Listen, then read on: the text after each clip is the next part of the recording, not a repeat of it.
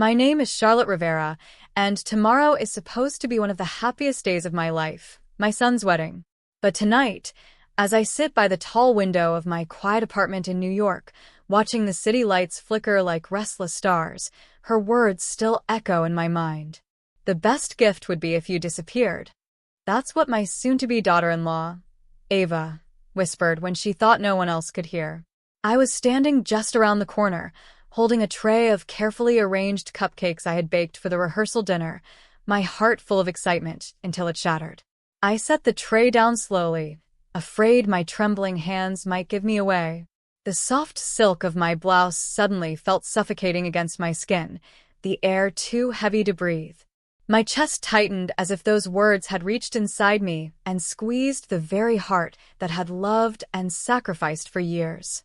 Imagine that, after decades of raising a son on my own, after late nights working, after dreams put on hold, my presence was now considered a burden.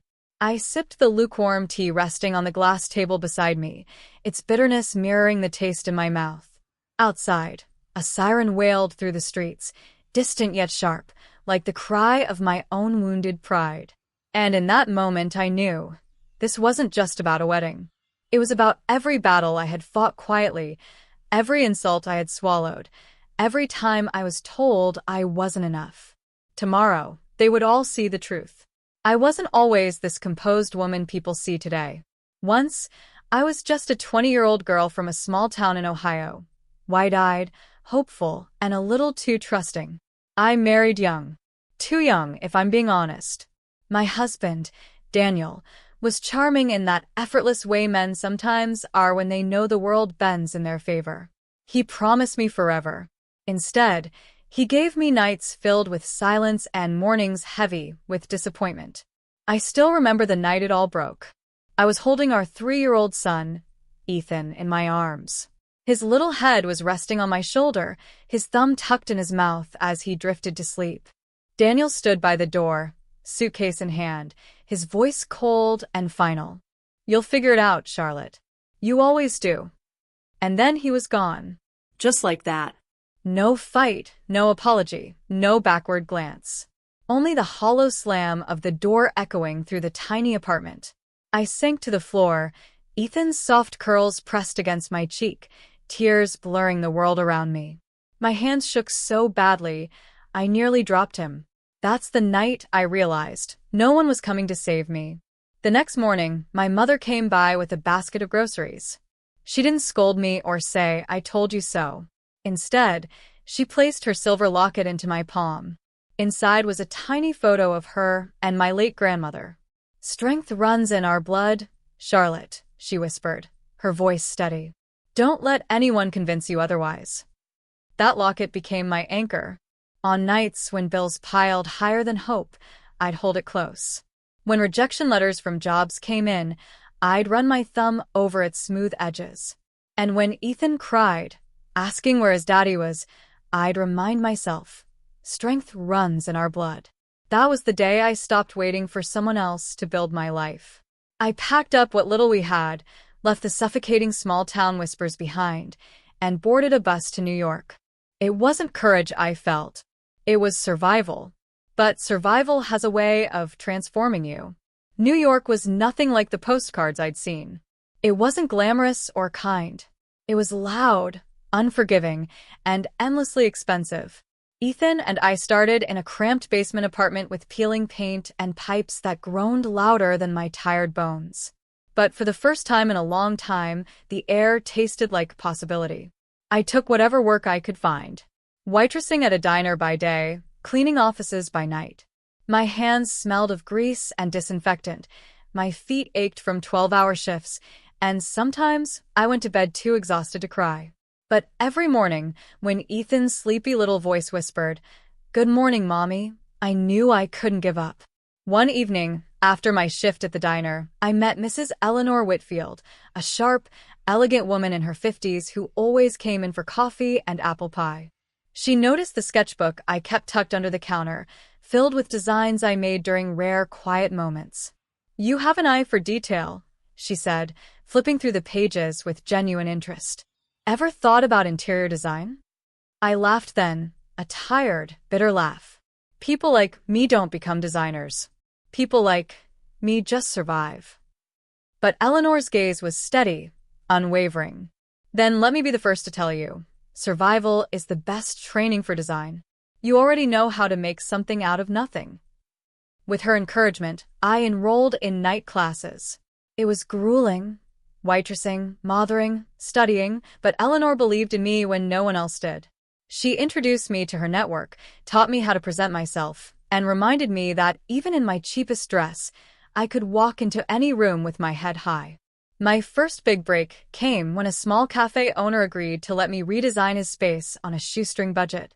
I poured every ounce of creativity I had into that project, repainting walls myself, repurposing old furniture, adding little touches that made the cafe feel warm and inviting. The transformation was so striking that within months, new customers flocked in, and word of mouth spread. From there, doors began to open. One project led to another, each bigger than the last. Slowly, I built Rivera Designs, my own firm. What started as sketches in a diner turned into offices with glass walls and a team of brilliant young designers who trusted me as their leader. But here's the thing, I never flaunted my success. At family gatherings back in Ohio, when relatives asked how I was doing, I just smiled and said, "We're managing." I posted modest updates online, a picture of Ethan's graduation, a simple holiday photo, never revealing the empire I was quietly building. It wasn't secrecy born of shame. It was protection.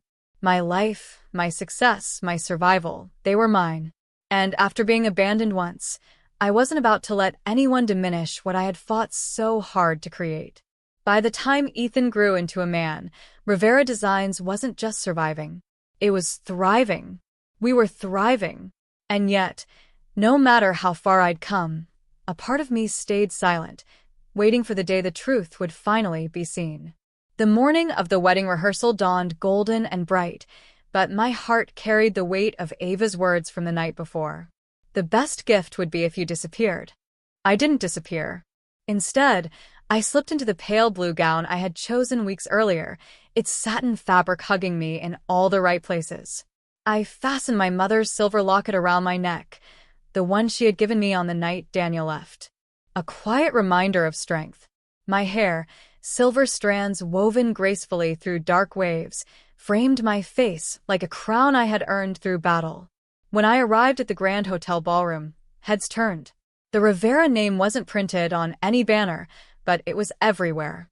The towering floral arrangements, the glittering chandeliers, the custom-designed stage, all of it had been orchestrated by Rivera Designs. My company, my vision. But no one knew that yet. I caught sight of Ethan at the front of the room, his tuxedo sharp, his smile warm. For a moment, I forgot the sting of Ava's cruelty. He was still my boy, the same child who once clung to me on nights when the world felt too big. My heart swelled with pride.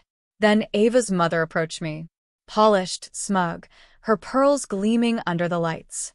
"Charlotte, dear," she said, her tone dripping with condescension. "I'm sure you're proud of Ethan. But do try to stay understated tonight. This is Ava's moment, after all." I simply smiled. Of course. The ceremony rehearsal moved along with all the expected chaos, misplaced bouquets, forgotten lines, nervous laughter. But the whispers lingered. I heard them. "She raised him alone, poor thing. I'm surprised she could even afford to be here. She must feel so out of place." Out of place? In a ballroom I had designed? When the coordinator announced a short break, I took my chance. I stepped onto the stage, microphone in hand, my palms steady. The crowd quieted, curious. "I want to thank everyone for being here," I began, my voice calm yet commanding. "This wedding is not just a union of two families. It is a celebration of love, resilience, and the future. But before we continue, there's something you should all know." A murmur rippled through the room. Ava's eyes narrowed, clearly annoyed at my audacity. I let the silence stretch, then smiled softly. "Every detail you see tonight, the flowers, the lighting, the design of this ballroom, was created by Rivera Designs. Some of you may have heard of it. It's my company. Gasps filled the room. Ava's mother froze, her pearls suddenly heavy around her neck. Ethan blinked, stunned, as though seeing me for the first time. For years, I continued. I've worked quietly, built quietly, sacrificed quietly. And I chose not to announce what I had built because I wanted my work, not my words, to speak for me. But after last night, my gaze flicked to Ava, whose face had drained of color. I realized silence is its own kind of prison, and I've spent too long in cages other people built for me. The room was silent. Every eye was on me. So no, I will not disappear. Not tonight, not tomorrow, not ever. Because this, I gestured around the glittering ballroom, is the life I created. For myself, for my son, for us. Ethan stepped forward, his voice trembling. Mom, I didn't know. Why didn't you tell me? I smiled at him, warmth filling my chest. Because, Ethan, I wanted you to see me as your mother first, not as a businesswoman. But now you can see me as both. And in that moment, for the first time in years, I stood not as the quiet survivor, but as the woman who had risen. The silence after my reveal felt like a storm held in place, charged and waiting. I could see it in their faces, disbelief, awe, a hint of shame. For years they had whispered about me, pitied me, dismissed me. And now the truth stood before them, undeniable. Ava was the first to break the silence. So, all of this? She stammered, her manicured fingers clutching the edge of her champagne flute. You paid for it? I tilted my head, meeting her gaze. Not paid for, Ava. Designed. Built. Every inch of this ballroom bears my signature. And more importantly, every cent that funded it came from the company I created. She swallowed hard, her face pale. Ava's mother looked like she wanted to protest, but no words came. Ethan, still reeling, stepped closer. Mom, I can't believe it. You've been carrying this alone all these years.